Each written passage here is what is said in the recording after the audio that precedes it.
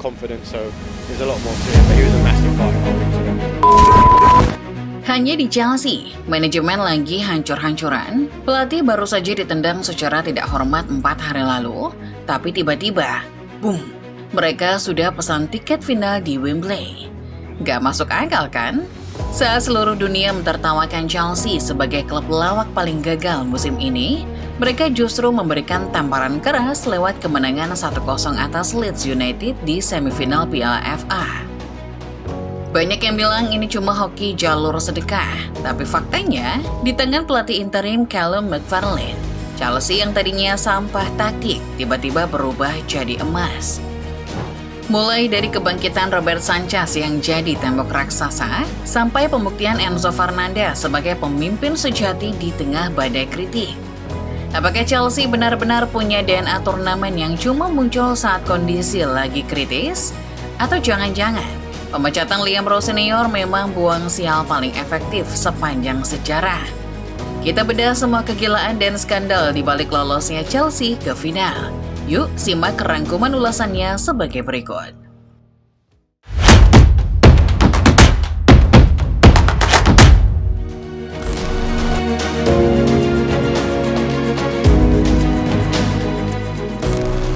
Banyak yang bilang keputusan Todd Boehly memecat Liam Rose Senior hanya 4 hari sebelum semifinal adalah tindakan bunuh diri. Bayangkan, Rose Senior resmi ditendang pada 23 April setelah membawa Chelsea ke titik nadir. 5 kekalahan beruntun dan puasa gol selama hampir 500 menit. Ruang ganti saat itu benar-benar kayak kuburan setelah mereka dihancurkan PSG di Liga Champions. Tapi disinilah keanehan dimulai. Pasukan pelatih interim Callum McFarlane justru jadi titik balik paling gak masuk akal. Tanpa taktik ribet, McFarlane cuma butuh waktu singkat buat membuang sampah mentalitas era sebelumnya. Chelsea yang tadinya lembek tiba-tiba tampil jauh lebih solid dan disiplin saat menghadapi Leeds. McFarlane seolah tahu kalau masalah Chelsea bukan di kaki pemain, tapi di beban kepala mereka. Dengan pendekatan yang lebih simpel, Chelsea menunjukkan respon positif yang bikin semua orang melongo. Strategi ganti pelatih di menit-menit kritis yang biasanya jadi bahan tertawaan, kali ini sukses jadi buang sial paling efektif. Kemenangan 1-0 atas Leeds bukan cuma soal tiket final, tapi bukti kalau Chelsea memang jauh lebih ngeri saat mereka berhenti bereksperimen dengan pelatih yang gak punya visi.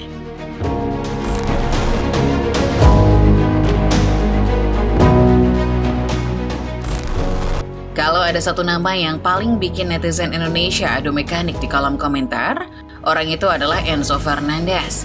Sebelum laga semifinal ini dimulai, Enzo adalah sasaran empuk kritik. Dia sempat dicadangkan, dituduh nggak loyal, bahkan dicap sebagai pemain overpriced yang pengen cabut ke Spanyol karena muak dengan manajemen Chelsea yang bobrok. Tapi apa yang terjadi di Wembley? Enzo memberikan jawaban paling berkelas sekaligus menyakitkan bagi para pembencinya. Menit ke-23 menjadi saksi bagaimana sang kapten menunjukkan kelas dunia yang sesungguhnya. Lewat pergerakan cerdas dan pemahaman ruang yang luar biasa, Enzo menyambut umpan silang presisi dari Pedro Neto dengan sundulan klinis yang merobek gawang Leeds. Gol itu bukan sekedar angka di papan skor. Itu adalah tamparan keras bagi siapapun yang menyebutnya sudah tidak punya hati untuk The Blues. Enzo tidak hanya mencetak gol penentu, tapi dia adalah jenderal lapangan tengah yang mengatur ritme, memutus serangan lawan, dan membakar semangat rekan setimnya yang sempat down pasca dihajar PSG. Ironisnya, di tengah selebrasi emosional menunjuk logo klub, rumor kepindahan ke Manchester City atau Real Madrid justru makin kencang berhembus. Inilah drama terbesar Chelsea. Pahlawan yang membawa mereka ke final adalah orang yang paling kencang dikabarkan ingin meninggalkan kapal yang sedang bocor ini. Performa Enzo di Wembley membuktikan satu hal, di bawah tekanan sehebat apapun, dia tetap pemimpin sejati yang profesional. Dia menjawab kepercayaan pelatih interim Callum McFarlane dengan performa yang bikin semua orang sadar bahwa tanpa Enzo, Chelsea mungkin hanyalah tim mediocre yang kehilangan arah.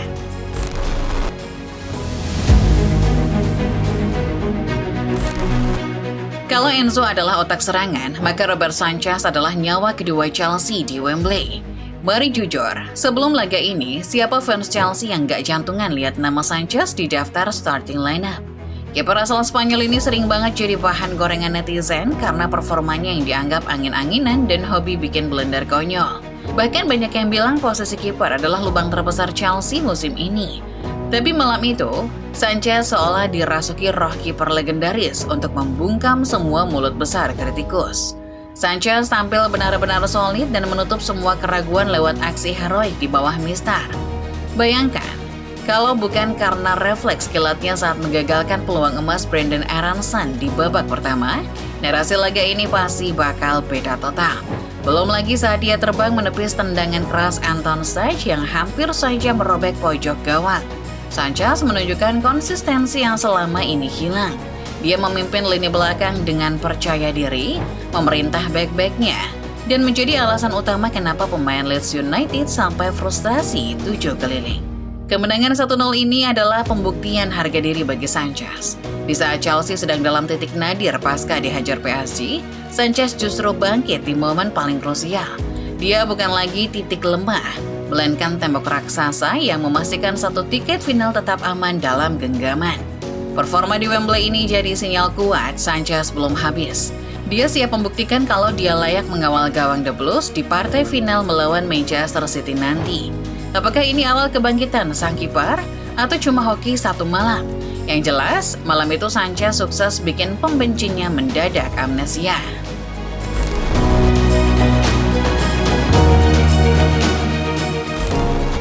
Bukan laga Chelsea namanya kalau nggak ada drama dan skandal wasit yang bikin darah tinggi. Di tengah tensi panas memperebutkan tiket final, sebuah insiden memuakkan kembali terjadi dan lagi-lagi menimpa Marc Cucurella. Kejadiannya benar-benar nggak masuk akal. Dominic Calvert-Lewin terlihat jelas menarik rambut Cucurella dalam sebuah duel udara. Ini bukan cuma pelanggaran, tapi tindakan yang benar-benar nggak perlu dan memalukan di level profesional. Komentar legenda Ally McCoy sampai bilang kalau insiden ini bahkan nggak perlu diperdebatkan lagi, saking jelasnya. Bahkan Steven Gerrard di studio langsung setuju kalau itu adalah pelanggaran nyata. Tapi apa yang dilakukan VAR? Secara ajaib, wasit dan petugas VAR seolah mendadak buta. Mereka menganggap tarikan rambut itu bukan pelanggaran serius dan membiarkan laga terus berjalan. Keputusan ini benar-benar mencederai sportivitas. Netizen pun langsung meledak. Gimana mungkin teknologi canggih miliaran rupiah kalah telak sama penglihatan orang awam? Skandal ini menambah daftar panjang betapa bobroknya standar penilaian wasit musim ini. Cucurella seolah jadi langganan korban tarik rambut yang gak pernah dapat keadilan. Apakah wasit sengaja tutup mata karena itu Chelsea? Ataukah memang standar VAR kita sudah serendah lapangan tarkam? Keputusan kontroversial ini bukan cuma bikin fans Chelsea ngamuk, tapi bikin seluruh pecinta sepak bola sadar kalau musuh terbesar di lapangan bukan cuma tim lawan, tapi juga wasit yang gak konsisten. Inilah bumbu pahit yang bikin kemenangan Chelsea di Wembley terasa makin dramatis.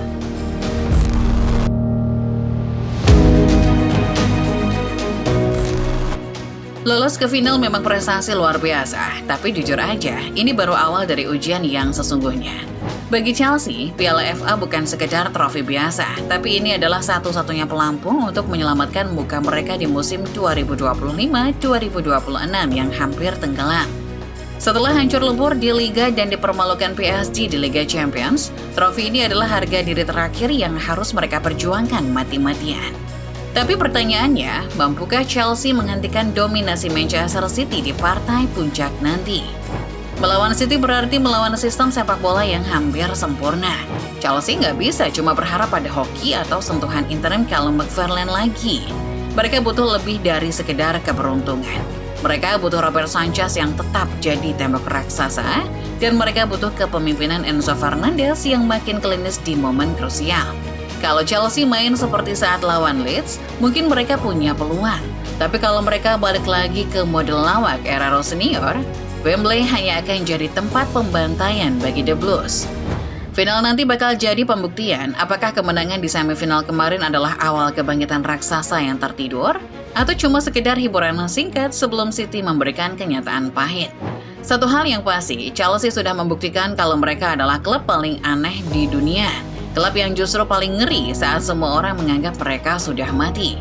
Gimana menurut kalian? Apakah Chelsea sanggup bikin keajaiban di final dan angkat trofi jalur ganti pelatih?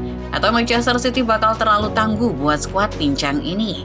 Tulis prediksi skor kalian di kolom komentar ya.